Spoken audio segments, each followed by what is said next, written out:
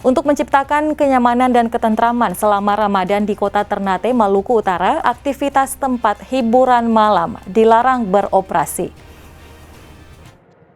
Seluruh tempat hiburan malam di Kota Ternate dilarang beroperasi selama bulan Ramadan. Selain itu, para pemilik dan pengelola tempat karaoke, diskotik, spa, dan panti pijat diminta tutup dan tidak melakukan aktivitas. Apabila kedapatan beroperasi, maka pemilik tempat-tempat tersebut akan dikenakan sanksi. Dan jika tetap membandel, pemerintah akan mencabut izin usaha.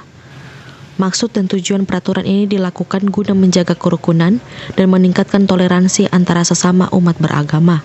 Sesuai dengan perintah dari Pak Wali Kota, tadi sudah ditandatangani beliau, perintahnya untuk ditutup selama bulan Ramadan.